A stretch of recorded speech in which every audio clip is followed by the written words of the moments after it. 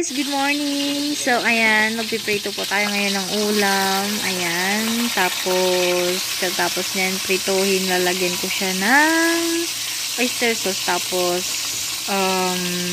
kamatis, sibuyas, tapos merong garlic. Ayan, di ko alam kung anong luto to, basta meron siyang oyster sauce. Yun lang. Just keep on watching. Much later.